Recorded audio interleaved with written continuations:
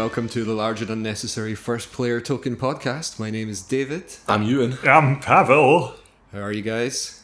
I'm great. I'm well fed, thank you very much. Just eating a bit of cake, and we've avoided eating the stick that you put in there to try and kill us with. The secret stick. Have you not found it yet? It's in there somewhere. Well, I haven't choked on it, so it's either being ingested or it's in somebody else's bit of cake. So I vote for somebody else. Can I just say that I also vote for moving all the future episodes to essentially to this particular place because as you can tell by the sound of traffic in the background, we're at the red carpet premiere of episode number. What's coming this weekend?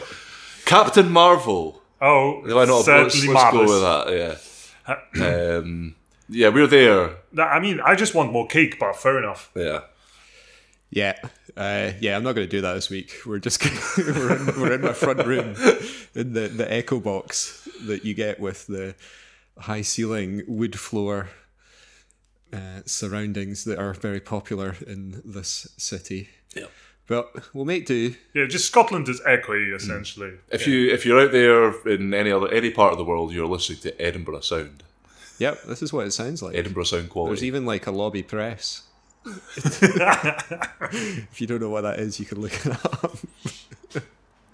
Right, well, it is another video games episode, and we've been playing some video games. Some of us have been playing more video games than others. Some of us have excuses. Others are just like busy with stuff. Fair enough. Yeah, I may have played some games. The others are mostly here for the cake. I'm here for the cake. We're all here for the cake. Yeah, I mean, I'd go around pretending I've got better things to do. I'd actually have a spin-off podcast just about cake rejects. That would be a good title for a spin-off. Cake rejects. Yeah. Okay. Just Pawel tasting various cakes. Add it to the list. And liking all of them. Oh, yeah. Someone needs to go through all of it and like compile all of our side podcasts. I'm sure, so we can actually get round to making them. I'm sure this will happen eventually. Somebody will listen to all our episodes just for that. We can roll them together into one massive side podcast. Right, let's crack on. Pawel, hello. You're going to start affairs for us today. Tell us all, what have you been playing this week? This week. Yes, actually, I have been playing Prismata this week. I've just realized there's another game I completely forgot about that I have also been playing this week. I've played like 6 games this week, and that's mostly because I'm just waiting for other games. So how many of them did you play for more than 1 hour? No, I think I would say that majority of them, with the exception, I suppose, of Warhammer Chaosbane, because that just got opened yesterday. I think it's a beta, whatever. How do you pronounce this game? Sorry, this word. Let's try. Well, actually, I think the way you say it may actually be correct. Well, beta. Yeah, we say beta, or people tend to in the UK, don't they? It's beta. Beta is correct. But then I don't know if that's come from. No, that is, I think, remembering from my classics lessons at high school, if I recall correctly, it was alpha, beta. They used to make us recite the Greek alphabet. There you go. Mr. Lowrie, our teacher, who was amazing. He had like a... Well done, Mr. Lowrie. He was really into... I don't know where he was from, but he was really into like Japanese culture, which was quite unusual back then when I went to school. He was a karate teacher. He used to punch the filing cabinet while like in time with us reciting the Greek alphabet. Like, because he'd keep time. He either had like a big cane, which he would smash off the table. A bit of garden from cane. 19th century, Dave. No, it's like Dave was at school in like the late 60s. He went down pit and everything. Yeah, he was like smoking a fag, and there was a huge dent in the side of his filing cabinet from where he used to punch it. Oh my God, Mr. Lowrie is an amazing character. Thanks, Mr. Lowrie. Right. Anyway, Pawel, Prismata. This is what you're going to tell us about. Prismata. That is a full release. That's not a beta. Mr. Lowrie would be not punching his... He would be a fan of the beta band. Right. There you go.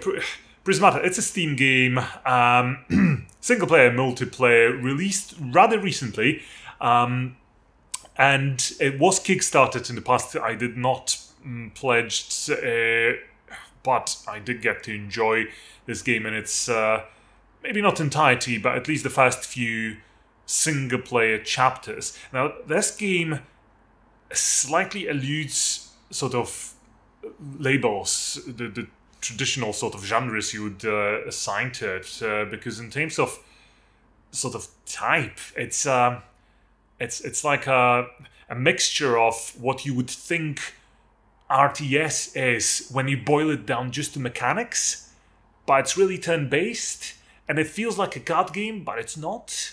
Although it has some concepts of a card game. Does it have cards? Not really. Right.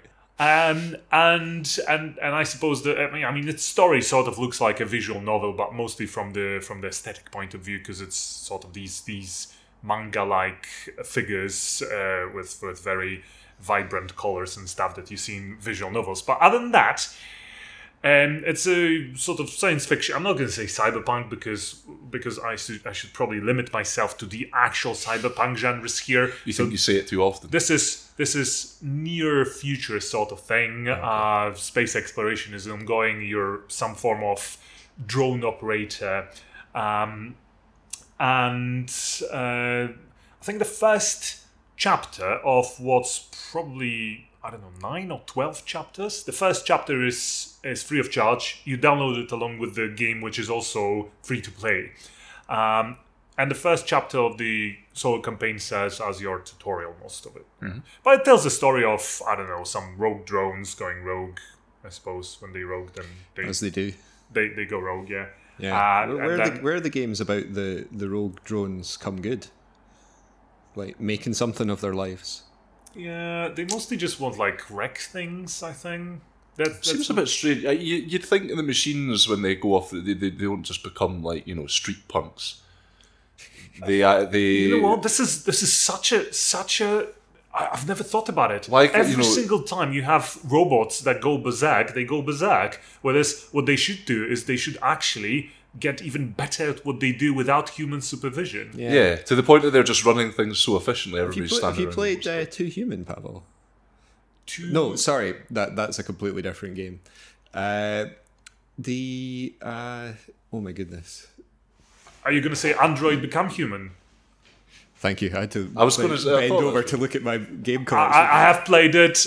Bits of it slightly disappointed me. If only you'd played more of it. I will. You know what? I've recently been actually feeling like going back to it and playing it some more. I think my expectations towards the storytelling sort of style of Detroit Become Human have been slightly tempered, but I've come to terms with it, and I think I'm now ready to proceed further. It's not all bad. It's not. No. Yeah. I still feel that this is the best game in this particular genre, in the multiple choice sort of, I don't know how you call it, detective game or something. There's been a few of them in the past, whether it's Heavy Rain or it's definitely others. We did sort of debate talking about Android Become Human. Just making up game names now. Detroit Become Human, but I think because the time had kind of passed, I think, so we never really revisited it. But I would have totally agreed with you that it's definitely, of all the ones in the Quantic Dream series, and each one they get a little bit. They're still rubbish, but like each one they get like better. Like they whittle away, and step by step they like whittle out all the crappy bits. Wasn't the one with what's her name? Oh, I forget her. The actress Ellen Page, wasn't that meant to be pretty ropey? That was the one after Heavy Rain. You mean Two Souls? Something That's Two Souls? Possibly, yeah. I think that's a slightly different game. It has it's bits the same. of that. It's another. It was the sort of follow-up Quantic Dream one, though. Yeah. But it's like if you compare, like if you look at Fahrenheit, the first one, and then look at Detroit, and see there's a lot of commonality, but you can see how they've developed it. Like they've learned. There were like mini games and things in Fahrenheit, and that's all like. They were awful, horrible, and they eventually stripped them out. Jetson. There was a sex mini game, which is one of the worst things I've ever seen. And QT for taking a shower and things like this. Yeah. Anyway, Prismata. Prismata is a completely different game. How did we get that? 3 minutes left, Pawel. Okay, fair enough. I'll be quick. Right. So you know how in RTSs, no matter what actually happens on screen with your units running around and collecting resources and fighting enemies and maybe going to how do you say I'm in your base and I'm killing all your dudes. Assaulting. Oh my goodness. There's this particular blast from the past. Yeah. Zerg rushing. Well, things like this. If you distill the gameplay of RTS, it all goes down to just ratio of your resource collecting units and your combat units and different types of combat units arriving at the battlefield at different times. Yeah. That's why these games are rubbish. Is that what you're going to say? Say again? Is that why? That's why these games are terrible. I quite like RTSs. I spent most of my bloody childhood playing StarCraft. Yeah, they were good they were good. Right. So Prismata is essentially doing that, just without the battlefield. You start with what's if you play the campaign, then obviously the campaign will sort of introduce units to you and will let you use, like, try them out and try combinations how to use them. I think I've really just played through the first few chapters of the solo campaign, but if you're playing a multiplayer PvP thing, then you essentially start with like let's say a hand of several randomly selected units and a sort of like a store of several other randomly selected units which you can buy through the game. And all you do in this game is you try, obviously faster than your opponent, come up with an efficient engine for your resource collection and utilization in order to build unit swarms fast enough to protect your fleet that is constantly turn after turn being hit by your opponent, whilst you obviously hit the fleet of your opponent. So when you talk about it, it feels very barebone, but in terms of mechanics, in terms of how it resembles RTS to nearly the polished ideal of what RTS would be, without pretending to be something that RTSs sometimes pretend to be, which is a MOBA-like or almost an Diablo-like RPG sort of thing. Prismata is essentially just you focus on your economical sort of strategy, you would think. And other than that, it's just a turn-based card game because all your units are essentially cards or tokens or however you call them, and every turn they perform they function. I suppose the only difference is that halfway through whatever battle you will normally have in the field 12 copies of one card, 15 copies of the other card, I don't know, 8 copies of another card. So it's actual swarms of different units. It's like you would have an RTS. Yeah. So in terms of lore, those are swarms of drones that they operate and control and fight other robots and da. It's actually a very well done game. Because I don't really play PvP, I'm not exactly sure how that works in multiplayer. Because I suppose it would boil down to how well the randomized factor at the beginning of the fight works, and whether everybody's happy and whether everything is well balanced and things like this. But in the solo campaign, you can see potential in those mechanics really well. And apart from that, and solo campaign is all about story, and stories and such games can be better or worse depending on what sort of characters you're watching through. Whatever stories. Yeah, I've not seen enough to say. I should mention that this is a free-to-play game, so there's all the trappings of what you would expect: card boosters, buying more. I'm not sure whether there's any buy to win. Is that what you call them? Pay to win elements in this game. I honestly do not know, because I don't tend to buy cards in online card games. I'm happy with just whatever the game gives me through the gameplay. But you also get just the first chapter of the Soul campaign for free, and then you can separately buy some form of Founders package whatsoever to get the remaining, I think, 8 or 11, I can't remember, chapters of the Soul campaign, and I actually did get that, and I'm quite enjoying it. So yeah, this was a very nice surprise, I must say. I'm looking forward to going back to this game. Having said that, I have 30 bloody Steam icons on my desktop, and every time I'm at home, I'm just clicking on one of them, and it's only been Prismata a few times. But yeah, it's a very recent release as well. It's just been a couple months out there, but nice, well done.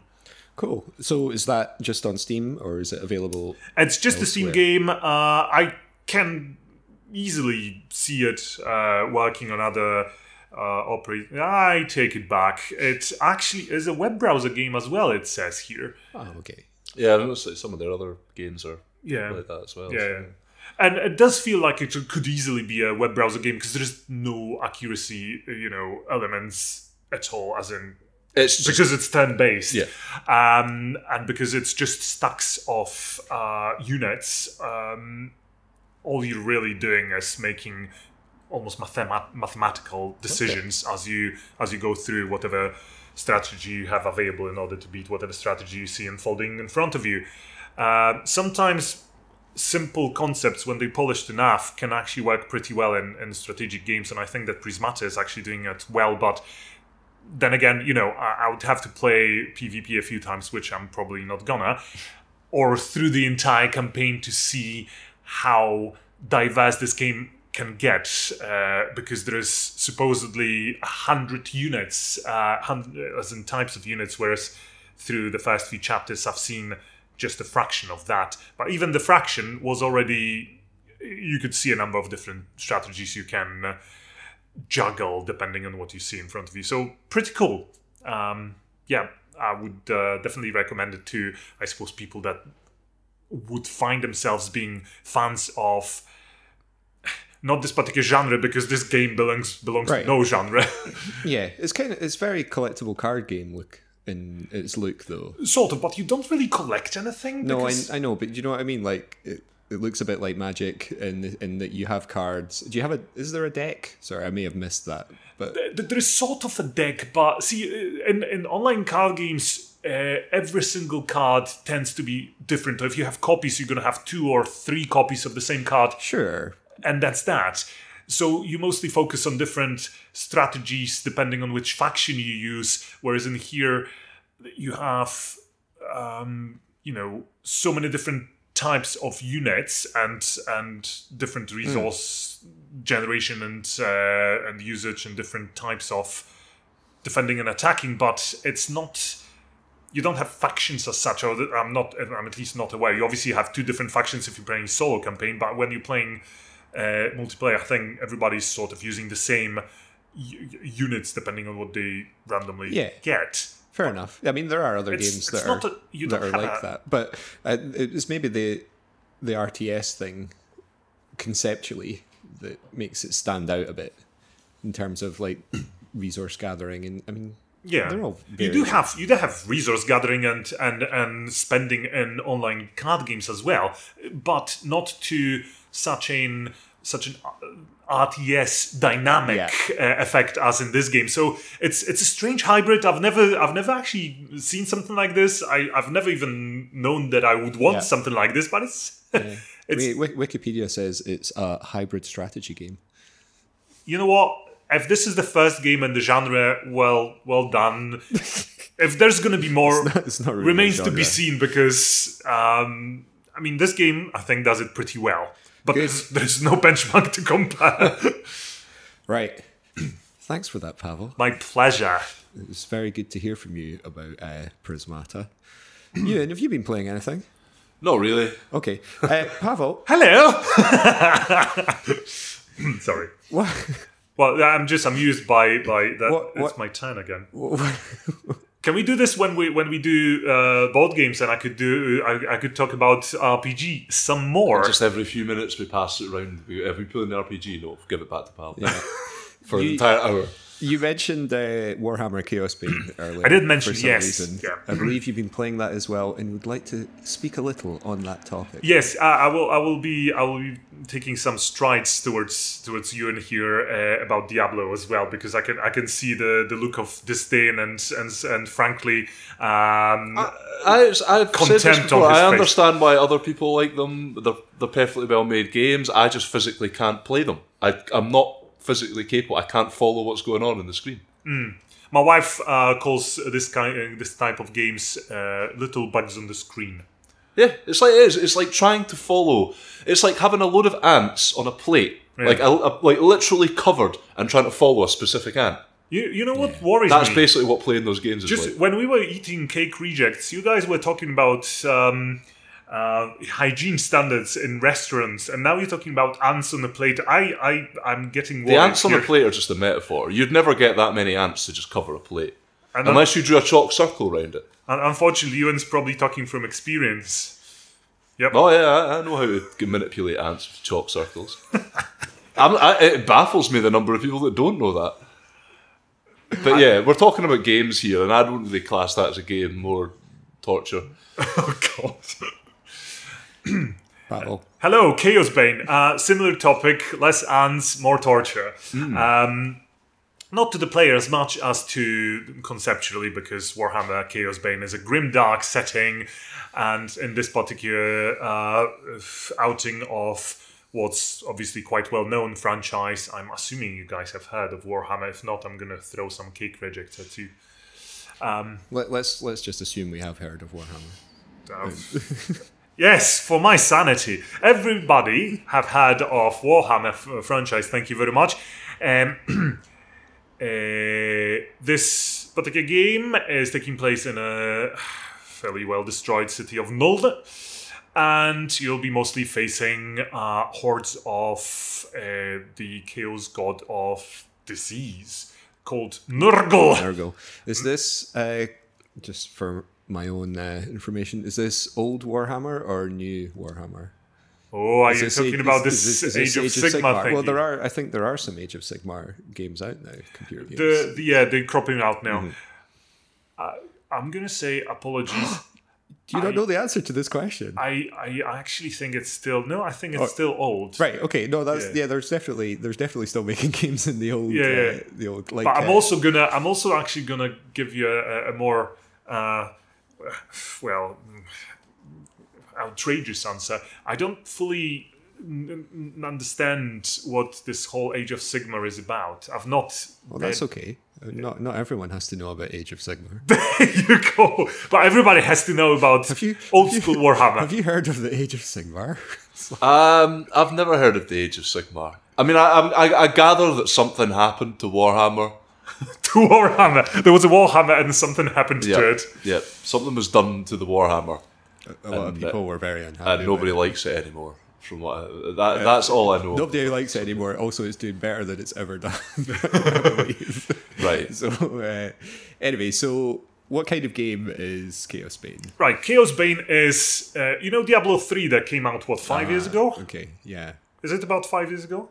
Maybe that's the sort of thing someone on a gaming podcast should know. Yeah, I suppose. Well, I could easily quickly Google this to obviously about 5 years. It's pretend that I've known that it's been 5 years ago, whereas in fact it's been 7 years ago.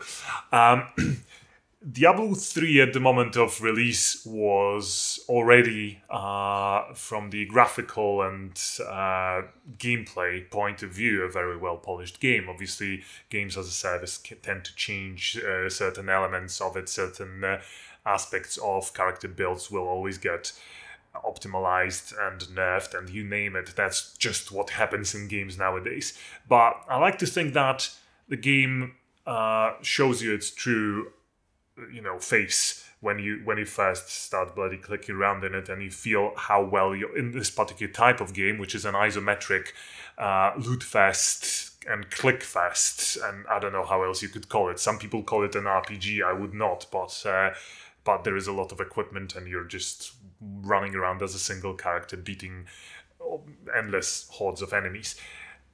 Yeah. You pick up Diablo 3 in year 2012, and it's smooth. Everything moves smoothly. Everything feels finished. Now, Warhammer Chaosbane is not finished yet. It's still in beta, so I'm judging it with my eyes half closed. Yeah. And in the past few, obviously, years, there's been a number of Diablo-like games. One of them being Path of Exile. Yep. A few others. There's actually I assume Path of Exile is still going reasonably strong. Yeah, there is a few. There is, I think, an actual Diablo-like game set in a Warhammer 40k universe called, I can't remember what. I've played that as well. I've tried Path of Exile. I've tried most There's others as well. There's that Victor Vran game. Yeah. No, so I've clicked around most of them, if not all of them. Not a single one comes even close to how smooth Diablo 3 is. And I'm not talking about ideas behind character builds, which is what this game boils down to. A hardcore fan base of any of these kind of games will usually just spend sleepless, I don't know, nights or weeks or months just coming up with the best possible builds and how to go through season number 8 and stuff like this. What I like in this kind of games is how smooth it works. I'm really getting that from the number of times you've said the word smooth. It's you know what? The word smooth is brilliant in What English. you want to get across about this game is its smoothness. Well, it's not smooth. Diablo 3 is smooth. I like my frames per second. Like a criminal. And, yeah, I do like frames per second to be decent. Right. Like Nutella. Oh, yeah. And moist. Or like this is another good word in English. Moist. A well-made creme brulee. Or creme caramel, actually. That's what I meant there. Sorry. Kind of the same thing. But. Man, I'm getting hungry now. So, is there more to say about this game other than the fact that it's not as smooth as Diablo 3? Can we kind of wind it up there, maybe? Or graphics-wise, it's really pretty, and this is a better, and it feels like it's not far from getting decently polished. So I have good feelings about it. And the beta that's currently available for the next, I suppose by the time you guys are listening to it, it's already over. There's going to be another beta in April, and the game is getting released, I think, in early May. I only got to experience 2 of the 4 characters that will be available in this game. One of them is an Imperial captain who's pretty much a tank character, so just a little bit of hack and slashy, but mostly just resisting and all those hordes of enemies and nurglings and whoever running at you, and you get to play as an appropriately arrogant high elven mage casting all sorts of fireballs around. Games like this are all about character skills and differences between classes and what particular ideas each new Diablo-like iteration brings to the table. And I spent not that much time with the Imperial Captain because better, but I've spent some time with the mage because I wanted to see how much an actual, high elven mage can do. And don't we all? Say again? I got to have, at any time, 3 passive skills and 6 active skills, which is a little bit of a change compared with, 4 active skills and 4 passives in Diablo 3? I can't remember. I'm not sure how it is in Path of Exile and others. It's different. Yeah. They have I won't go into it. They have a huge skill tree. No, I'm not saying what's available to you, but rather how many can you carry at the same time and use. Oh, skills-wise? Oh, that is actually similar. There's a limited number of slots. So how many slots would you say? Geez, man, I can't remember. No, fair enough. Like 5, and like you had so many. They were bound to like the letters of the keyboard as they often are. So it was like Q, W, E, R, and T would be your your 5 skills, and then there was a couple of other things that Actually, I lied, supplemented because in that. Diablo it's 6 skills as well, because it's it's So 2 same- mouse same- buttons and 4. Same idea in Path of Exile. Yeah. I've played this on console, so you get your whatever R1, L1, and the 4 buttons. But there was plenty of stuff going on, as in any such game, and with so many tiny chaos creatures running at you, it's just what you would expect from a game like this.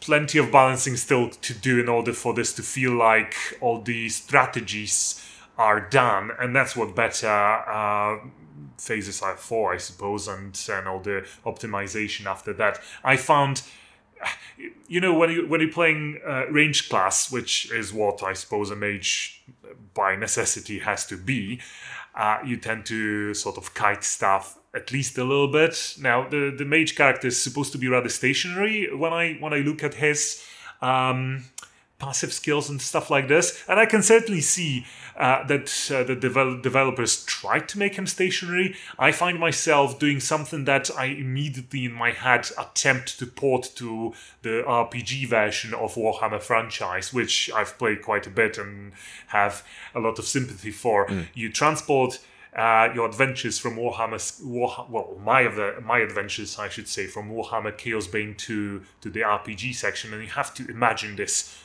posh-looking, arrogant, ancient bastard casting 3 sort of, I suppose you could call them whatever electrical cloud, some sort of thunderbolt, balls that just some sort of thunderbolt. Yeah, that just seems to That's sort of roll around in his spellbook. Yeah, roll around you, and you can control them with your as in the direction of those thunderbolts as they roll around the battlefield with your right stick.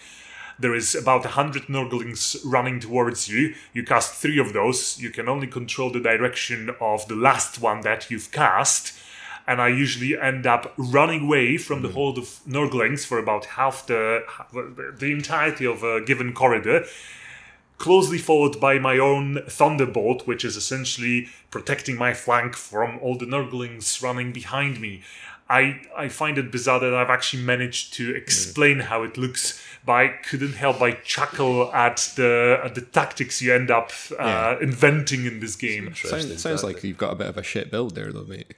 Possibly, you get what looks like a machine gun of lightning hitting whenever you press your. I think R1, in fact, this is your first skill that gets loaded into your R1 button. It doesn't use up any resources whatsoever, and in fact generates resources and just hits whatever you're looking at without even aiming with your... Obviously, you don't even have a mouse. It's just an automatic hit, but it takes a fraction of enemy's health. So tiny bits like this obviously means you get to control large groups of enemies, but you have to choose your skills depending on who you're fighting. I can see a lot of variety in those fights. I can see quite a lot of ideas. I can see plenty of space for fine-tuning some of those ideas. Well, kind of on that topic, is this going to be an ongoing game? As in the same way that Diablo 3 and Path of Exile are, or is it a sort of one and done and maybe I can't DLCs? even imagine. I can't even imagine games like this not having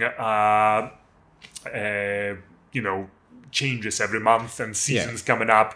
Seasons are pretty much... Because if anything, they're usually horrifically broken when they start, and so everyone will migrate to the same build because it's the one that smashes everything. To be fair, every multiplayer essentially requires constant changes, because whenever people play in groups, they start moaning about the fact that their friend is better than they are. In my opinion, this is what all the nerfing nonsense comes to. People not being bloody good enough, or not making good enough choices, or everybody being so bloody good at a game that everybody comes to the same conclusion. Let's use this particular gun and no others.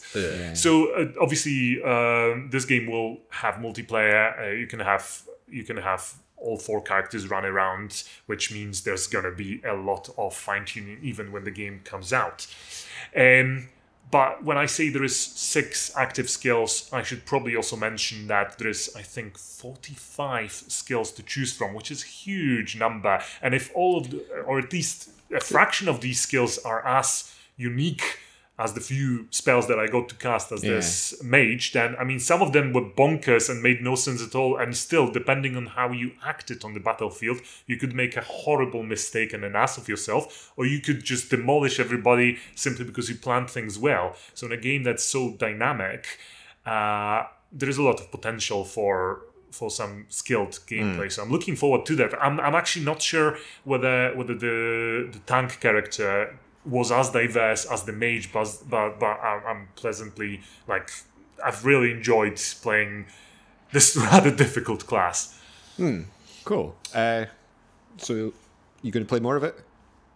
Well, the bet is, I think, still on tonight, possibly tomorrow, something like this. Right, okay, but I mean, like, later, as in, like... Oh, yeah, there's going to be another... I mean, I've pre-ordered it, so because because that's what I do. I mean, the fact that you've pre-ordered it is no guarantee that you're going to be playing more of it. That's true. Yeah. You might have it. You're gonna get your dwarven. Are you getting any special giant slayer in the second beta wave, along with the wood elf and way watcher? I don't know. Way stalker. Somebody. Wait, what did you pre-order? Have you getting any special stuff? No. Will you be getting a copy of the game soundtrack or the art book? Whenever I can, I pre-order stuff to get the soundtrack because I tend to listen to soundtracks and nothing else. I do like a gaming soundtrack or whatever other ambient sounds in the background, rather than whoever's singing, because I don't have time for people singing most of the time. I don't believe that I've actually pre-ordered soundtrack for this game because it's very... It's not the ambient sort of stuff that would relax me well enough. Fair enough. Is it just lots of screaming and gurgling? You know, it's Warhammer, so there's going to be plenty of these sort of pathetic, semi-religious chanting and stuff like this. Shouting magic missile and some heavy drumming and things. So it's a good soundtrack. Don't get me wrong. It's just not the soundtrack that I would listen when I provide IT support at work. Thanks for that, Pawel. You're welcome. I regret asking that question. Cool. Well, that was very entertaining. Can you tell us just the publisher and the platforms? I assume this is PC only. With utmost pleasure. This is Nintendo Switch, PlayStation 4, Xbox One, PlayStation 3, Xbox 360, Microsoft Windows, and more. I'm not going to even go for more. It's essentially coming out to everything, probably including, I don't know, sticks. Wow. That's the pool of Warhammer. As if, people don't know about Warhammer. Obviously, everybody knows about Warhammer, just not many know every about console, Age of Sigma. Every platform does. Right. Okay, so... Thanks, guys. Dave, I think that you are going to go for something now. You've mentioned you have a... I have been very busy of late, but I did manage to fit in one game. And it's a game a lot of people have been talking about. I'm surprised you haven't heard of this, Pawel. I'm sure I've heard of this. Perhaps you have. And the game I have been playing, and everyone else apart from you, is called Ape Out. And this game, I think, it's fair to say, has taken the world by storm. It's, I'm going to describe it to you, and you will no doubt conclude that you've been wasting your time on all these other stupid games that you've been playing. Sorry, do you have a question? I actually think that I don't. I don't think I have a question in this particular moment. Good. I was gonna ask whether this is whether my ears deceive me, but I'm not gonna. No. Ape Out. Okay. 2 3-letter words. It's that simple. It's a good title. Yep. It just came out just recently. In this game, I have to make a comment. I'm terribly sorry. I'm going to interrupt here. See, I have a growing portfolio of games Dave would play in my head. I look through Steam Store and I'm thinking, oh look, this is a game Dave would play. Thank you very much for enriching my portfolio even more. So if it's along the lines of Ace of Seafood, is this as good as Ace of Seafood, Dave? Oh, it's better than Ace of Seafood. It's innovative. Well, you judge for yourself. I mean, in this game, you play as an ape, Okay. as you might guess. The presentation is original in the way it looks. It's top down, and everything is like a silhouette. You have to have a little look at the screenshots. So you play as an ape, but you're a silhouette top down. So you're just, to begin with, you're just a white outline, or well, no, a filled in white silhouette of an ape. And everything else is kind of presented in a similar fashion. There are some textures and whatnot in there.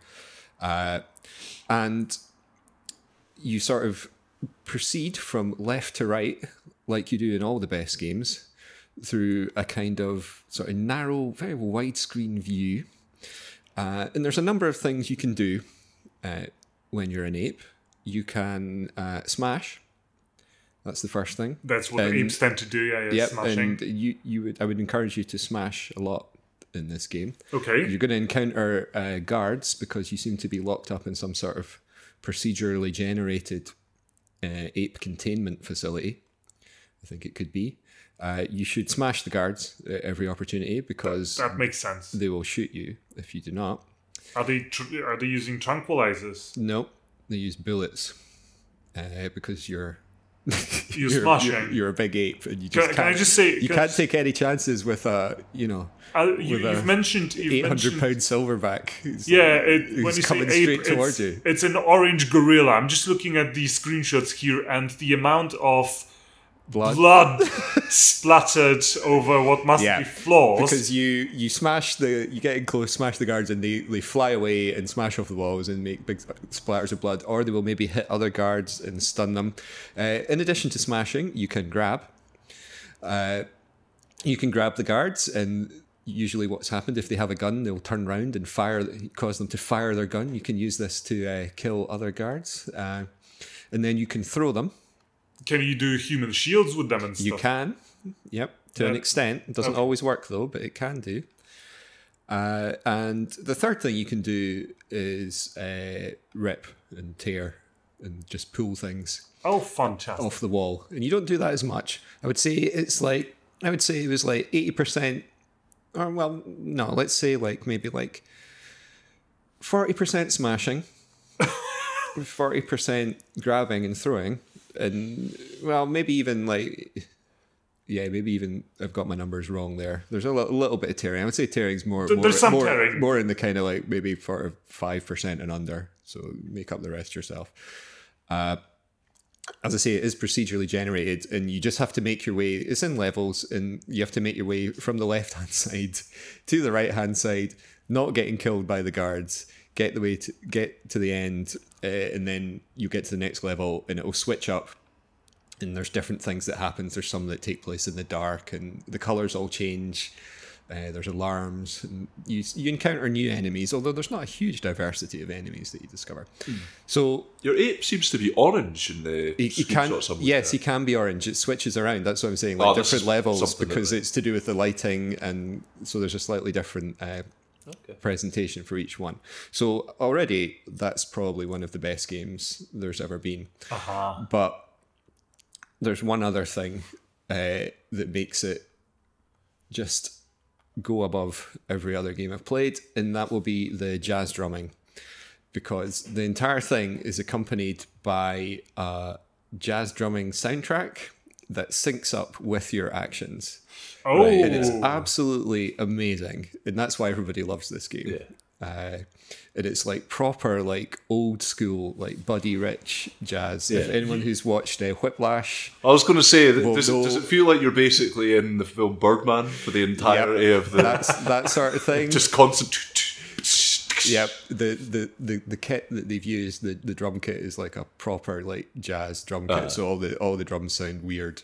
Yeah, you don't get a lot of games where soundtrack actually synchronizes with what you do. That's pretty cool. Yeah, it was very little rattle on the snare. Exactly, it was a thing for a while back. Games like Rez and what have you, synesthesia as they like to refer to it at the time. I wouldn't say that's what Ape Out is, but whenever it's you throw a guy and it he smashes off the wall, and it's you get a big cymbal crash for that, and you get multiple cymbal crashes. It's amazing. You should play it, Pawel. It sounds like fun. Can I just say, but I'm looking at the screenshots here and might need a therapy after that. But apart from what must be way too much blood for a single person, there is also sort of splashes of orange. Is that your blood? That looks like it might be ape, but it looks very much in that ape, screenshot like ape is being do you also shot. have orange blood? You know, I asked myself that question as well. I've not quite figured out what that is. Sometimes you leave a little trail when you walk behind you. I can't remember where that comes from. Possibly oil. Maybe we should like ape oil. An oily ape. Yeah. Okay. General ape grease. So I can't believe I'm actually asking this, but I don't see any interface. How do you know you're hurt and about to die when you're an ape? Oh no, it's one shot, one kill. If you get hit with bullets, you're dead. Oh, okay. So there's no health. do you actually get to see the bullets flying towards you? Or is it mostly just sort of No, it's not like it's not like bullet hell or no. They just you've got a time because window. you're a melee character running against a horde of well, they don't shooters. fire straight away. So like you encounter a guard, they will start to turn around. If you do not smash them or grab them, then you get one shot kill. then they will shoot at you. Now, depending on your movements, you may dodge. They can miss. So you can kite round them if you're quick, but not always. They can sometimes. It's not quite like Hotline Miami, where it's like click and they see you, they shoot, you're dead. It's not quite like that. But yeah, it's not like dodging bullets or anything. There's no bullet timer. You just got to get to them or get round a corner, kite round the corner. Find them. I would encourage anyone who's people who are listening and Pawel to actually watch a video with the sound because you're not getting the full experience by looking at the screenshots. There's not much detail to go in. No. It's a really, really good game. It's short. There's not a great deal to it, in fairness. So it's questionable whether it's offering true value for money. What was the price again? I can't remember, $10.99 or something like that. What? It was worth every penny. Okay. Yep. So yeah, that's Ape Out. Any more questions about? Do you I think I get. Yeah. I think I understand quite fully. Is there a story? I believe I've covered the The story. ape's trying to get out of jail, Ape jail. and that's really that's an archetype right there, isn't it? I think that Chris, who's with us in spirit, would ask whether this is a roguelite and whether you unlock different ape colors as you go through the levels. No, absolutely not. That's unequivocal.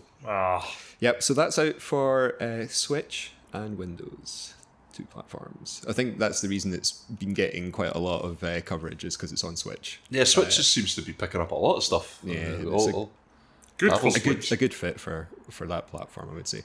But yeah, on Steam as well, if you want to get it. And that's by Gabe Kuzilu, Bennett Foddy, who you might know was responsible for Quop and Clop and GURP as well. I'm sorry, were those words? Yeah, those are games. Okay. And a guy called Matt Boch and many, many others. And it will not surprise you to find out that this game is published by Devolver Digital, who publish all the best games.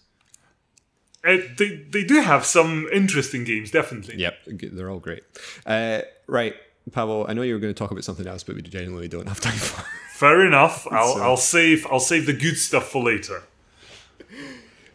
Yeah, but I believe you were going to segue into some. Oh right, well, I thought that was what you were dinging. But no, one thing we wanted to talk about, and now you put me on the spot without it being realised. Is that what's segueing us? Because I'm just learning a new verb here. There's good segues and there's bad segues. That's probably a poor example of one. Like overpriced and slightly broken. We've mentioned Captain Marvel, and it is. I know we didn't want to mention it, but the day we were recording, it's International Women's Day, and I know that it'll be in the forefront of your mind, Pawel. It tends to be, yes. I've just spent the entire day posting. I was going to gifs. say, have you been? You weren't on the march then? No. I was surprised to not see. Was there a march? Well, you didn't know about it. That's why this episode's happening. Yeah, but I think anyone who follows us on social media to any extent will, or who follows Pawel, will know that this is a topic that's fairly close to Pawel's heart. And as I'm sure, or at least partially as close as everybody else's. Well, you'd like to think. Specifically, we're talking about not International Women's Day, to be clear, but female protagonists in games is something that, because Pawel, you're always like, you like to support.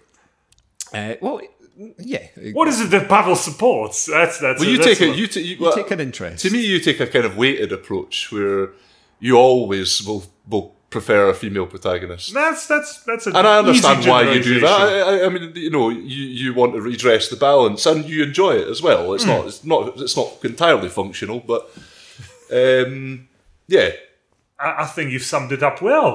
I've just done the whole discussion. I think so. Yes. All right. So, but that's always because you've mentioned this a lot, and it's always been the impression to me is like you feel that's something necessary. I may tend to look for openings where I can just slightly usually mention that if anybody's talking about Commander Shepard, the only Commander Shepard worth of notice is FemShep and stuff like this. Right. So I suppose I do communicate it fairly frequently, and so today would be a good time to celebrate this sort of approach, I'm sure.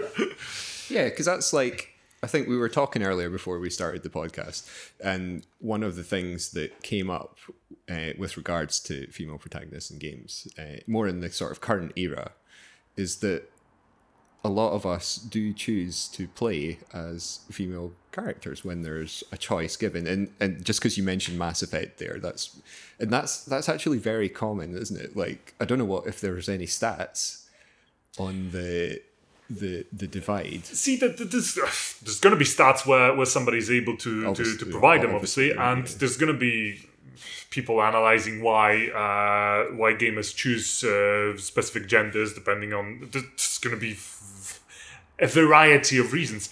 If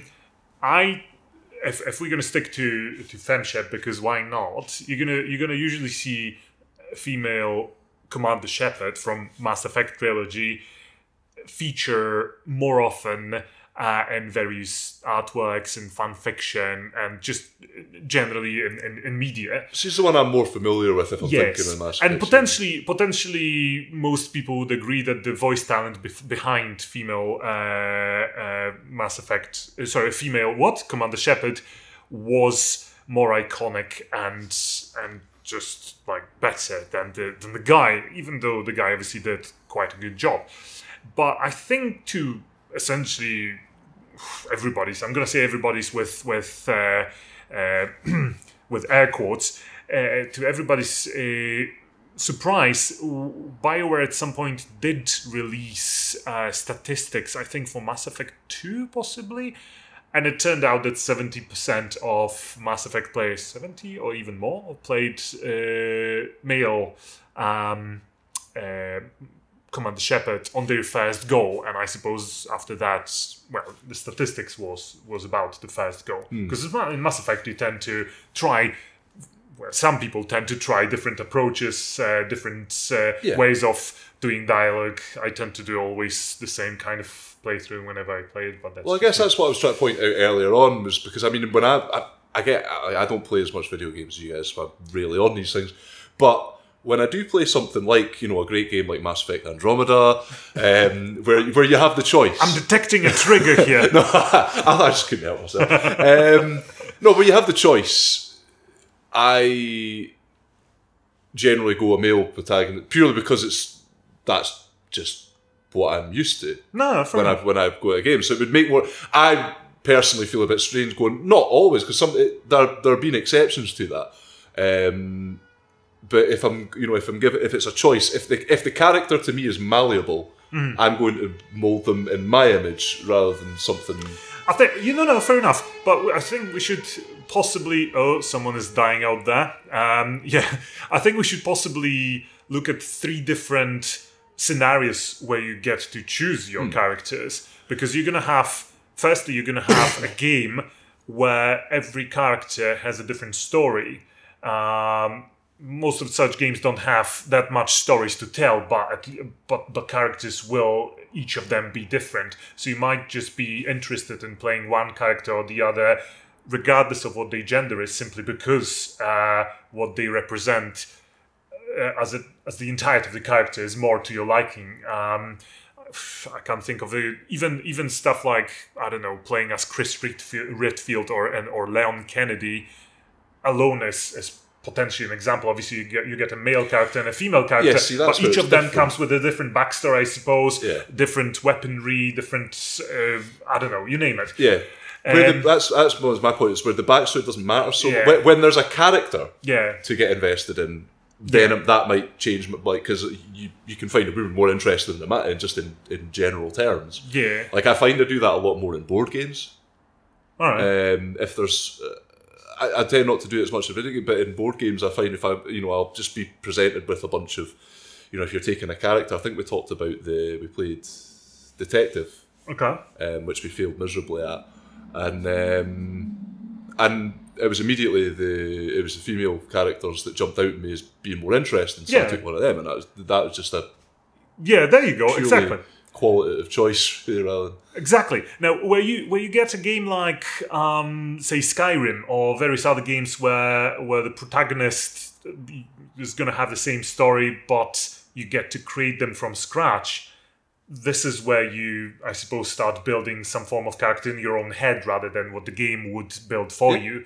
And the choice of gender is entirely up to you, because you're still going to end up with the same experience. Well, I always end up making the stupidest looking person that I can, and I find it easier to do that to a man than a woman, I think. Is also specifically with games like Skyrim as your example, it doesn't really make that much of a difference, because you don't really see yourself. Because there is no story. Even if you play in the third person perspective, which not that many people do, but even if you do, it's like you just see the back of your head and you've got armor on anyway. So it's kind of irrelevant. And you know what? In an ideal world, it should be obviously quite irrelevant. But anyway, my point is that the third game, and there isn't many of those, is Mass Effect or quite recently Assassin's Creed, the newest one in Greece, where you essentially get a character going through an actual story. There is interactions, and whenever there is actual scenes where your character is talking and behaving. And you still get to choose the gender of your character, then this becomes what is, I suppose, a progressive dream from many years ago and still going on, which is a character that's not bound by gender archetypes. That's why Commander Shepard in the female version of the role was such an, I suppose, trailblazer, because it was a soldier, it was a badass, because the role for the character wasn't written for a female character, it was just written for a character. And whenever you're a writer or a game developer, whoever, and you create a female character, you usually put that character in a certain cage of your own, I suppose, projection or archetypes, and you end up with something maybe slightly more archetypical than Commander Shepard turned out to be. I think, it wasn't like there's obviously Knights of the Old Republic as well before that. Yeah, there would be a few other examples. That's exactly the same. To be fair, because most protagonists, especially in games where you get a choice, because if you play Witcher, you get to play as Geralt. And simple enough, if you actually, and in most other games, when you play as whatever, the Dovahkiin or whatever is the name of the character or the role of the character in Skyrim, it's going to be a silent protagonist, because nobody can bloody voice that many options. So the few games where you get to choose your gender that still have spoken lines, that doesn't happen that often, I suppose. No. When it does, the constraints of the gaming, just the constraints of the actual structure or mechanics of the game mean that the storyline still has to follow a certain. There's going to be similarities. There's going to be hardly any differences, which is what the bloody thing should be. Well, I guess Resident Evil's probably your classic example of that, where it's two distinct characters and you're playing through. And I mean, I guess the idea with that was you're supposed to get slightly different experiences with each character. Oh God, but like, you know, if it's something like you say, like The Witcher, where it's just such a big, complicated game, you simply can't. It would be too unwieldy to have. The newest Resident Evil is actually a nice example of how things looked. How things worked and what the world was like. Bloody, was it 20 years ago the original was released? 20? 15? Yeah. I can't remember. Because when you play as Leon Kennedy, you apart from all the zombies and various monstrosities, you get to encounter a mysterious femme fatale, Ada Wong. Whereas when you play as Claire Redfield, you get to, apart from all the zombies and mutants, you get to encounter a child to whom you can be a mother-like figure. So those are storylines very sort of tailored to what a game developer would think would interest a male character, like a male gamer. But a Japanese game from like the 90s as well. And it's like, it's worth remembering that, like, I believe... What are you saying about the Japanese code? You're saying they've got some worrying issues around sexuality and gender and whatnot. In Codename Veronica, which isn't very good, to be fair, but you play as Claire again initially, and there is a male...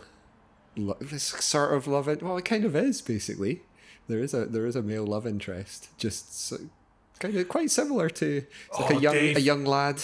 Dave, don't get me started on male bloody love interests in female storylines. Honestly, okay, I won't. But I was just, I just thought I'd mention it, that it's like, it's not saying it redressed the balance or anything, but like it was just that's what they did. And I can't. You played as Chris later. I don't think he had to rescue a child necessarily, but yeah, that doesn't happen often, I suppose. Or if it does, then it's going to be Leon Kennedy saving a child that can already be sexualized enough in Resident Evil 4, which is, I can't remember her name, but the important part is to upskirt her.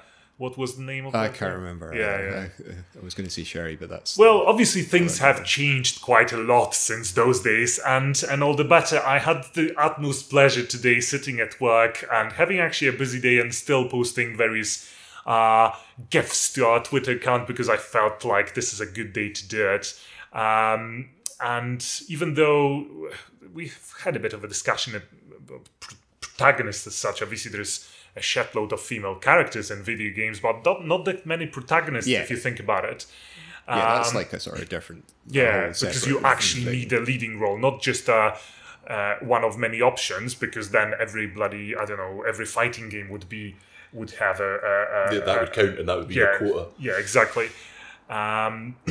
You need your Tomb Raiders, you need your Horizon Zero Dawn, you need your Metroid to have. Those are really important, I think, to have female protagonists. There isn't that many of them, but the ratio is much better nowadays. And I didn't have to try hard to post quite a lot of really interesting characters, and it was a bit of a nostalgia trip, I must say. And personally, I've been picking up games with female characters rather eagerly, and sometimes had to just convince myself to get a game that doesn't offer this option, or even just reject it if it blatantly didn't have it. Period. If there was just I'll play The Witcher happily. It doesn't offer that option. I'll play Deus Ex, and that's a male character. I've played Dead Space, and that only offers you a male character. There's probably been a few others, but not that many.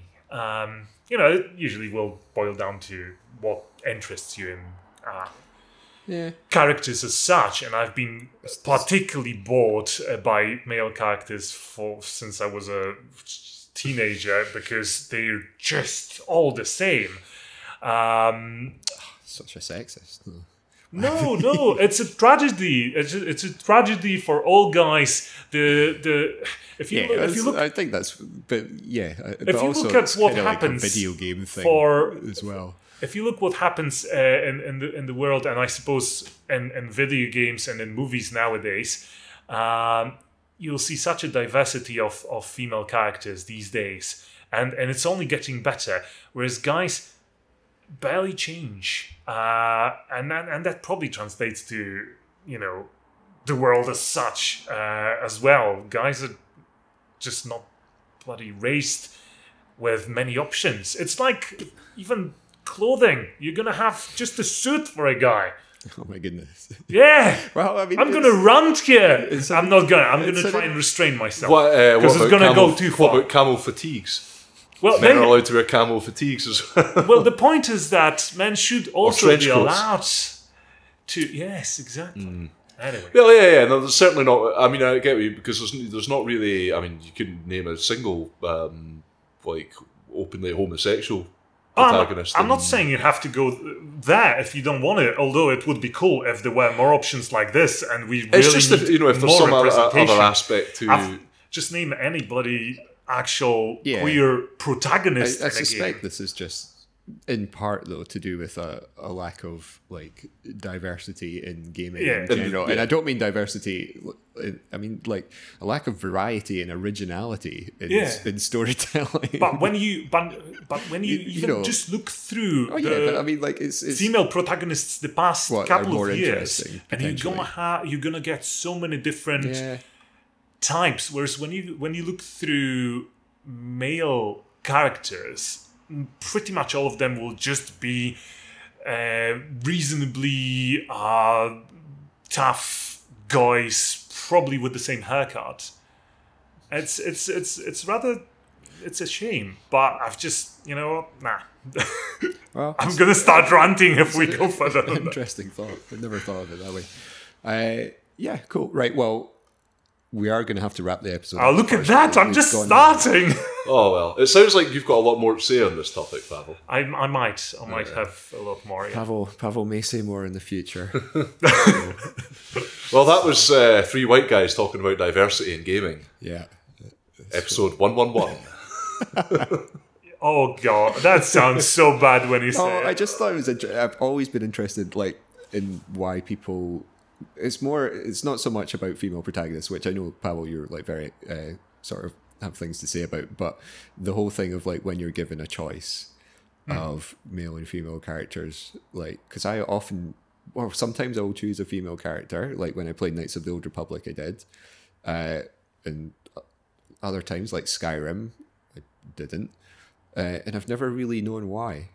But I think it's just like, to me, it's just like a kind of random. I'm not sure there must be some underlying reason behind it. But no, I mean we all consume games differently, and if you sit down to a game like Skyrim, do you actually make up a story for your character in your head?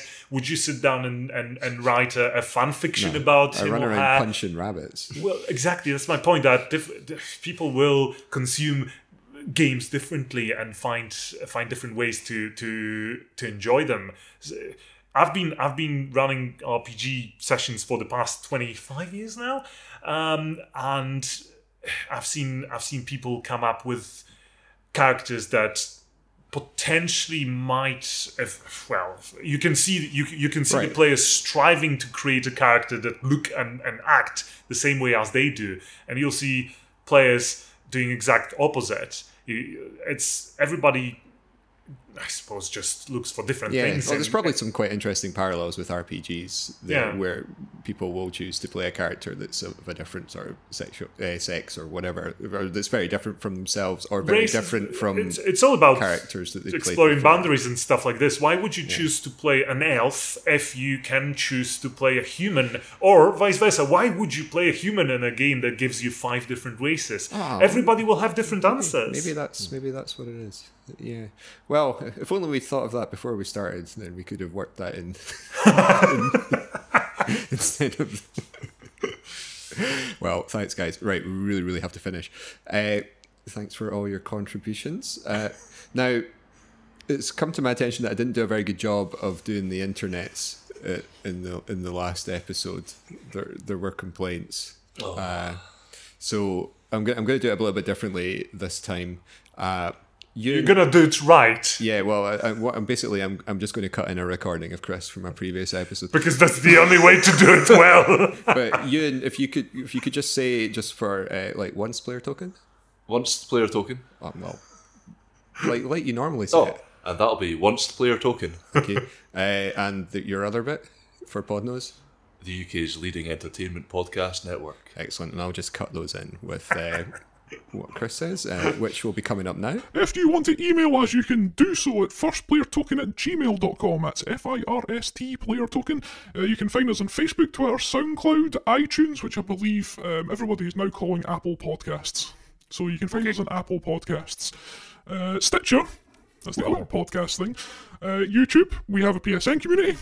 We have a Discord, which is discord.me/firstplayertoken. Now everything is FIRST player token, the exception being Twitter and Twitch, which we also have, which are 1ST player token. And that'll be once player token. We are part of the Podnose network. The UK's leading entertainment podcast network. And you can go to podnose.com to check all of that out. All right, thanks for that, Chris. Hopefully that clashed lovely. Right, thanks for listening, everybody. We will be back, hopefully, I think, with a board games episode. And some RPG as well, I'm sure. Yeah, possibly. Yeah, because I think that's overdue. And some board games have been played, I believe. Some interesting. Excellent. Hopefully some more by the time we get around to... Let's hope so. All right, well, thanks for listening, and I'll see you later on. Bye. Bye. Bye.